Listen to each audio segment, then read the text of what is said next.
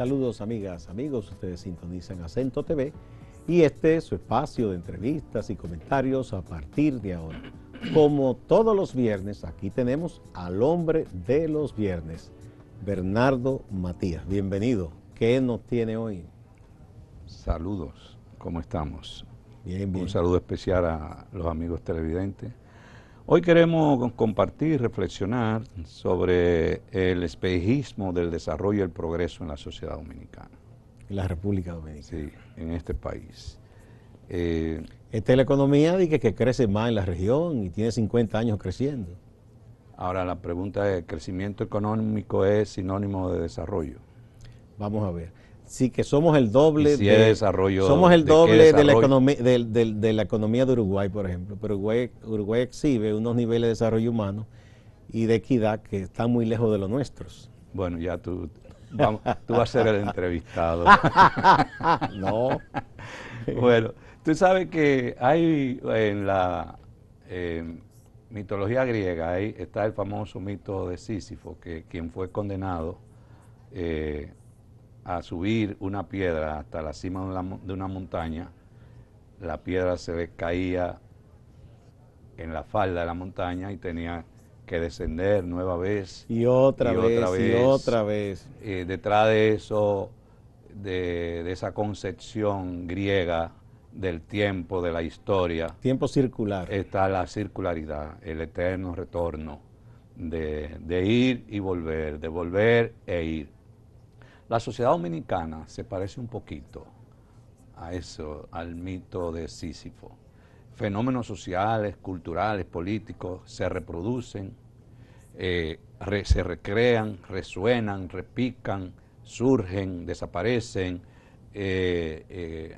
esperanzas con gobiernos que se abren, esperanzas que se cierran,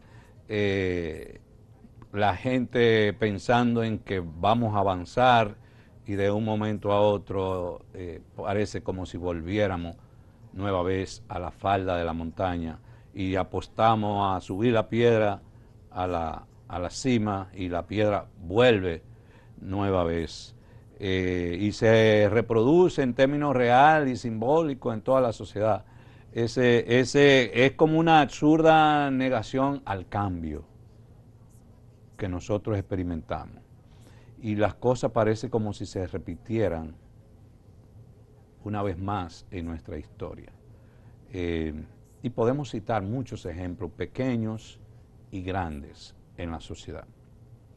Esto habla de nosotros mismos, de qué somos, qué queremos, qué aspiramos como sociedad, como país. Por fin, ¿qué es lo que queremos?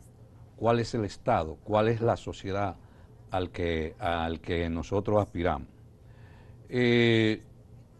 Hoy quisiera reflexionar, conectándolo con esa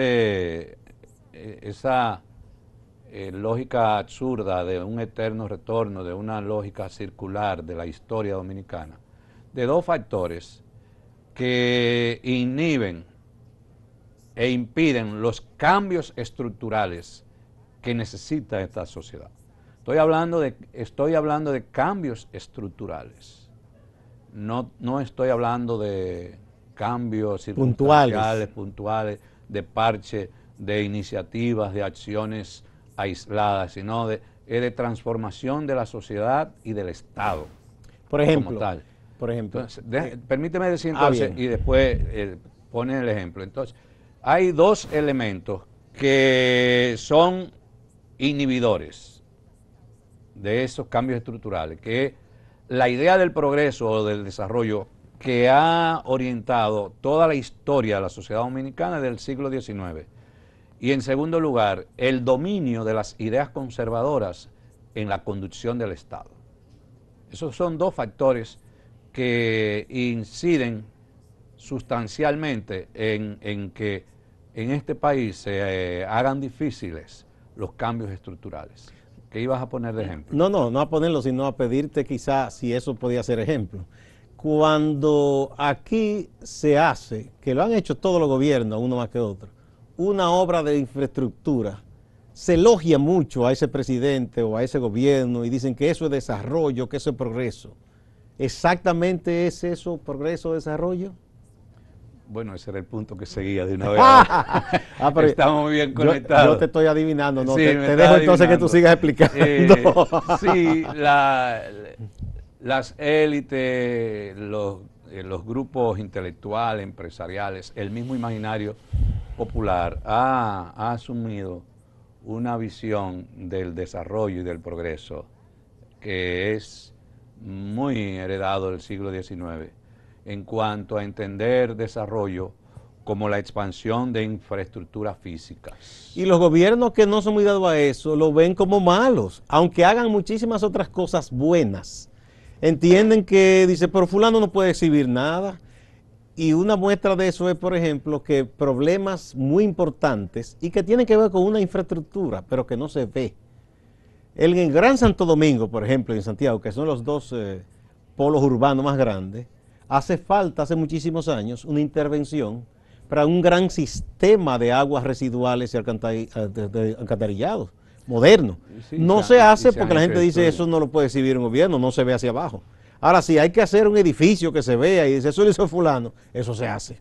Los gobiernos post-trujillistas han heredado un modelo de Trujillo que es la obsesión por la inauguración. Y Lilis también, ese ferrocarril. Bueno, sí, Lilis, pero... esas décimas Juan Antonio Alix sí, elogiando al dictador. La obsesión por la... Y Balaguer fue impresionante en esa obsesión por la inauguración. Entonces hay elementos del desarrollo que no se inauguran. Todo lo que tiene que ver con la protección social, con la educación, invertir en la calidad de la educación. Desarrollo humano. Desarrollo humano, eso no se inaugura. Y detrás de eso está la concepción del Estado bonapartista, casi monárquico, presidencialista, de la figura del jefe. El jefe, la figura presidencial, que tiene que estar presente en hasta en la inauguración de la cosa más simple, más elemental dentro de una comunidad. Pero eso tiene que ver mucho también con el clientelismo político, de la búsqueda de lealtades y de seguidores, porque tú te tienes que poner visible permanentemente para mantener las lealtades. Entonces, el tema del desarrollo, visto como infraestructura, como avances tecnológicos, crecimiento de las fuerzas productivas, crecimiento de las variables económicas, del PIB, de lo que tú decías, el crecimiento económico, es un elemento que forma parte del desarrollo, pero no es la esencia. La esencia del desarrollo es el desarrollo centrado en las personas, en el ser humano. Cuando el desarrollo impacta la calidad de vida de la gente, cuando el desarrollo genera empoderamiento, cuando el desarrollo potencializa las capacidades de cada ser humano, de cada persona en una sociedad. ¿Y eso cómo se logra? No se logra solamente con crecimiento económico ni con construcción de infraestructura, se logra esencialmente por la inversión en políticas sociales. Invertir en la gente, invertir en la salud, en la educación, en vivienda, en la nutrición, en tú tener personas que frente a una crisis económica, financiera, hayan logrado desarrollar capacidades y condiciones de vida que no pasen a la pobreza con un estornudo. Nosotros tenemos, la calidad de vida de la población dominicana es muy frágil y lo hemos experimentado ahora con la crisis del coronavirus. Es muy frágil y esa fragilidad tampoco está acompañada de políticas coherentes, sistemáticas, estructuradas de protección.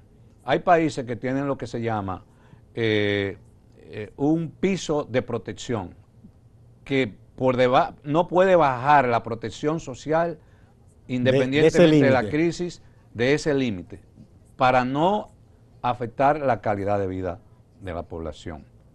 Es decir, que nosotros tenemos que entender que el desarrollo al final se expresa en la eliminación de las desigualdades sociales. aquí hemos hablado de un desarrollo económico en expansión, pero al mismo tiempo con una desigualdad social en expansión. Entonces tú dices, ¿cuál es el desarrollo que queremos? Es un espejismo, es una ilusión, porque si todavía tú tienes un 35% de personas en condiciones de pobreza, 30%, hubo un momento que estábamos en 41%, ahora no sé cuál es el porcentaje, porque con lo del coronavirus Todo eso está... debe haberse incrementado nueva vez la pobreza. De modo que nosotros en República Dominicana tenemos que trascender esa visión del desarrollo vista como infraestructura. Bien, vamos a una primera pausa.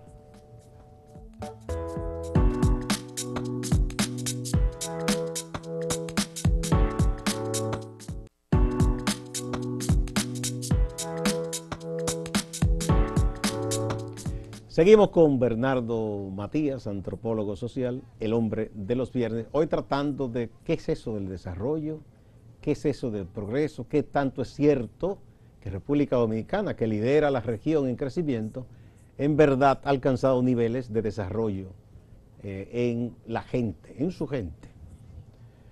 En principio, cuando empezamos, decíamos que dos factores inhiben las transformaciones sociales en la República Dominicana y esa visión ilusoria del desarrollo visto como crecimiento económico, infraestructura, tecnología. Y está la otra parte, el peso que ha tenido el sector conservador en la conducción del Estado. Es decir, nosotros de manera estructural hemos estado bajo la sombrilla del enfoque conservador heredado del siglo XIX. Incluso en los gobiernos que se supone que son liberales o que tenían raíces liberales, ¿esos han gobernado como conservadores? Es que los liberales han cometido un pecado terrible. Capital. Yo no sé si capital. Los liberales, los considerados de avanzada, progresistas, se han aliado con los conservadores para vencer a los progresistas. Para vencer... Una aberración. En vez de unirse, sí, los progresistas se unen con el más conservador para vencer al otro que se supone progresista también, o liberal. Te voy a contar una historia. Vamos. Yo fui por 19 años militante de izquierda. Estaba en una organización que apostaba a todo esto, a una sociedad más justa, más diferente. equitativa. Nos separábamos de esas visiones radicales de la izquierda clásica, dogmática.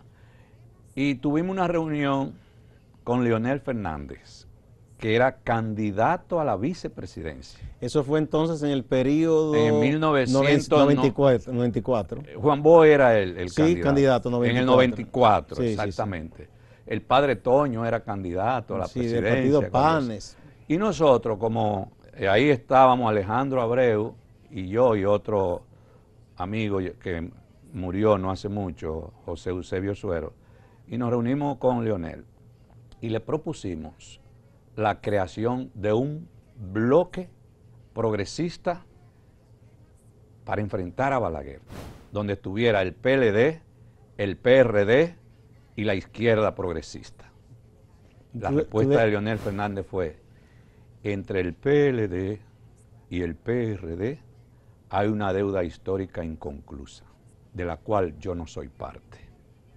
Bueno, tenías razón, porque... Pero ¿qué es lo que te estás diciendo? Después salió el Frente Patriótico, sí, de esa deuda histórica. Pero quizá ahí yo le doy razón al doctor Fernández, porque se intentó en el 90, y yo conozco gente que fue testigo de excepción. Peña estaba dispuesto a apoyar a Bosch. Ya hubo como cierto acercamiento después de todas las malquerencias, pero Juan Bosch dijo, bien, y qué bueno, y te agradezco, pero es sin ninguna condición. Y Peña le dijo, profesor, por mí, usted sabe que para mí usted es como mi padre, yo no tengo problema, ahora yo lidero un partido, yo no puedo irresponsablemente ir a mi gente y decir, yo pacté a cambio de que nada, porque también los partidos quieren incidir en las políticas públicas, quieren, ¿entienden? Y hubo un grupo de gente que dijo que no, que el PRD quizá tenía en ese momento 30,000 votos. ¿Y qué pasó en el 90? Bueno, ahí Balaguer hizo marrulla, pero hizo si la se hubiese marrulla. contado con ese medio millón de votos que sacó el Se le hacía PRD, difícil la marrulla, Balaguer. no pasaba el PLD y gobernaba Claro. Bosch. O sea que había una concepción quizá muy No, estrecha lo de en la ese deuda momento. histórica inconclusa era real, pero eso no era una justificación. No. Y Para sobre todo, no- negarse a pactar con el hermano de padre, Exacto. para entonces pactar con el enemigo, es- con el que habían dicho 2 o 3 años antes que hasta nunca. Lo que pasa que en ese momento que Leonel dice eso, había una corriente al interior del PLD Ujú. de empujar a alianza con los grupos conservadores. Si no, eso. El botellismo y todo No, eso. y el mismo profesor Euclides Gutiérrez Félix, decía que el aliado Euclides, natural del PLD era el Mi- Partido Reformista. Miguel Coco, que representaban una corriente de ir avanzar a hacer pactos y alianzas con el balaguerismo. Ese es el punto, lo verdadero, lo real. Lo otro también. Entonces, ¿qué es lo que te dice? Que los grupos liberales progresistas se han aliado con el conservadurismo para enfrentar a los otros Y progresistas. terminan con las prácticas conservadoras en el poder, haciendo las Y prácticas asimilan todo dirigiendo el Estado. Debía ser lo contrario, ¿verdad? Y esos dos elementos han sido fatídicos, costosos para nuestra sociedad, hasta el día de hoy. Y de modo que esa visión de conducción del Estado ha influido mucho, es un elemento esencial en el desarrollo, que es el principio de ciudadanía. Pero yo creo que es cultura importante. ciudadana, que lo estamos sufriendo hoy con lo del coronavirus. Sí, Con el coronavirus, cómo se comporta la gente frente al coronavirus, tiene que ver mucho con cultura ciudadana. Sí. Hubo un hecho histórico, que es bueno nada más tocarlo de refilón. Cuando se dan las elecciones, después de que se fueron de aquí los Trujillo y todo eso, Consejo de Estado, que Juan Bosch era el candidato, ¿verdad?, que venía con ideas nuevas del exilio, el PRD que se había sentado recientemente aquí. La izquierda en ese momento, y la mayor organización era el 14 de junio y el PSP y eso, lo que hicieron fue, no se aliaron con Juan Bosch, ni tampoco Juan Bosch con ellos.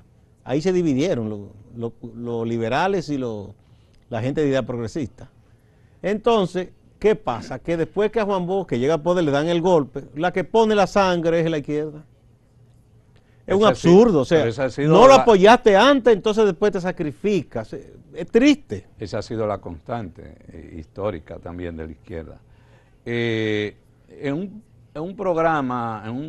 otro programa vamos a hablar, para dedicar más tiempo al tema de la cultura política en la sociedad dominicana, porque todo esto que estamos viendo tiene que ver con cultura política. En América Latina se dio un fenómeno muy diferente al de Europa en los procesos de construcción de los estados.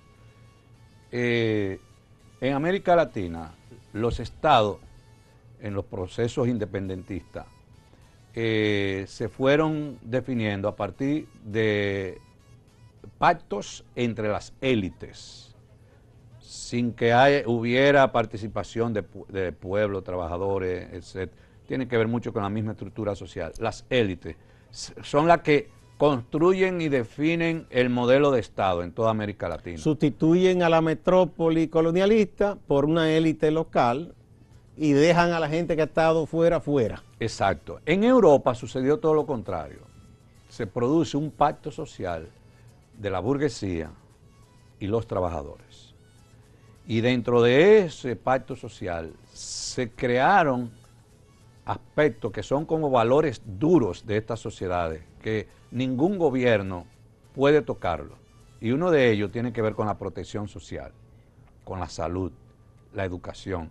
Es difícil que en Europa llegue un gobierno y te cambie el modelo de salud, de protección social. Aquí llega un gobierno y una persona dice, no, aquí vamos a hacer otra cosa. Entonces siempre se está empezando aquí de nuevo. Sí, exactamente. Según el capricho de quien esté en el de puesto. Quien esté. A veces ni siquiera del presidente, del que nombran en un puesto. Bueno, vamos a una nueva pausa.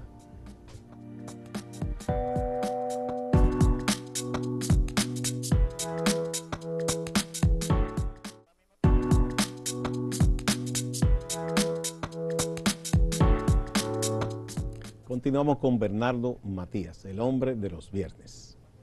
Sabes que José Oviedo, sociólogo, amigo nuestro, muy querido, escribió un libro pequeño, pero sustancioso, que él lo titula más o menos así: Un Estado del siglo XIX para una sociedad del siglo XX.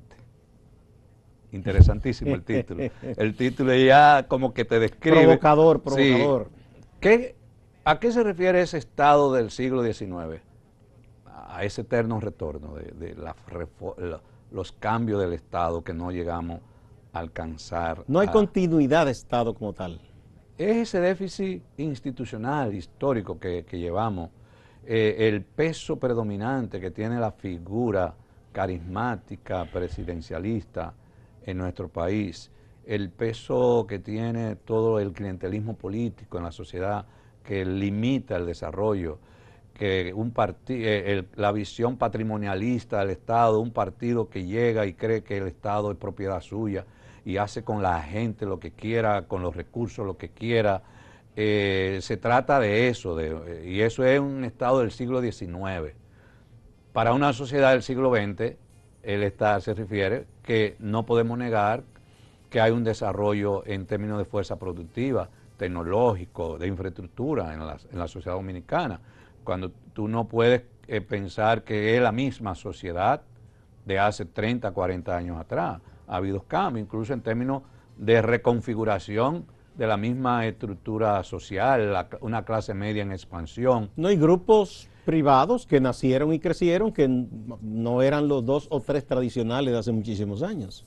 Y han ido surgiendo nuevos grupos económicos, pero, oye, todavía, ¿cuánta pobreza hay en este país? Y a veces cuando yo veo debates sobre temas que son importantes en la sociedad, digo, wow, se está desplazando el problema principal de esta sociedad por otro tema. El problema principal de esta sociedad sigue siendo la pobreza. La cantidad de personas que se acuestan sin comer en este país. O que mal come. O que mal comen. La calidad del trabajo, de los salarios de miseria y de pobreza que recibe un trabajador. El 55-60% de la población en trabajo informal. Entonces nosotros tenemos una serie de temas que tú dices, pero ¿dónde está el desarrollo? Yo pongo de ejemplo muchas veces cuando doy este tema como una charla, la UAS. Tú entras a la UAS por detrás del Dominico americano y tú ves una infraestructura preciosa, el área administrativa, no hay un parqueo de lujo. Un parqueo de lujo, la biblioteca José Martí, y sigue avanzando hasta Humanidades. Ahí te encontraste con Guachupita, los guandules. Y triste que sea en la esa es la sociedad dominicana. Y triste que sea en la facultad más importante, que debe ser la humanística. Desde la perspectiva nuestra. Sí, no, yo creo que por lo que yo he visto en otros países, las ciencias del pensamiento, las ciencias humanas, son las que se privilegian porque de ahí se supone que salen los cerebros de una sociedad. Aquí cuando te dicen que tú eres un teórico es un insulto. En otros países es un halago decirte teórico, porque teórico es el que habla mucho y no trabaja. Pero ser teórico es constructor de ideas, de pensamiento, que las sociedades más desarrolladas son las que más ideas y más pensamiento construyen. Las menos desarrolladas, muy poco. Improvisan mucho. Entonces la UAS, vista así simbólicamente, tú dices, esto es la sociedad dominicana. Esta sociedad dual. Este es un desarrollo dual de dos sociedades coexistiendo, una sociedad del siglo XIX y una sociedad del siglo XXI. ¿Hasta cuándo? Entonces, indiscutiblemente que nosotros estamos llamados a hacer rupturas en la sociedad dominicana. Ruptura con ese pasado colonial, ruptura con ese pasado trujillista, rupturas con ese pasado balaguerista y enrumbarnos a una nueva forma de hacer política, de redistribución. Hace unos días me escuché una prédica que me dio un dolor tremendo de un pastor diciendo que a propugnar por la redistribución eso es corrupción. ¿Y cómo? que es corrupción. Bueno, depende de lo que se entienda como redistribución, porque no es repartir fundita, ¿eh? No es eso. Porque la gente, porque eso no es redistribución. no, porque la gente El entiende que cuando clientelismo se habla de distribuir, pues hay que le den a este una tarjetita, una cosita, un subsidio, y eso es tener un pobre encadenado a una ayuda, eso no es sacarlo de la pobreza. Redistribución es acceso a salud, Ahora, acceso a participación. educación, participación en las decisiones del Estado. Es decir, que la calidad de vida se mejore cada vez más de todos los ciudadanos. Y de manera permanente, no coyunturalmente. Es la lógica de los panes y los peces. Quienes tienen muchos panes aportan sus panes y sus peces para los que tienen nada de panes ni nada de peces o pocos panes y pocos peces. Y los panes y los peces da para todos y sobra para guardar, dice el mensaje de Jesucristo. Eso es un concepto redistributivo de la economía. Sin hacer daño a nadie. Sin hacer daño a nadie. Bien, muchas gracias, Bernardo. Yo creo que este ha sido un tema muy importante también el de hoy, ¿verdad? Es verdad, cuántos años se habla de desarrollo, progreso, pero en general los que son muy pobres siguen siendo muy pobres, es muy triste. Y sin quitar que es bueno que los demás crezcan, ¿verdad? Que crezca la clase media, que crezca el empresariado, que eso es parte del desarrollo, y que genere empleo, pero hay que tratar de darle una mano, ¿verdad? A los que se han quedado un poco rezagados. Muchas gracias y a ustedes también, amigas y amigos, y no se vayan que hay más en Acento TV y Acento Portal.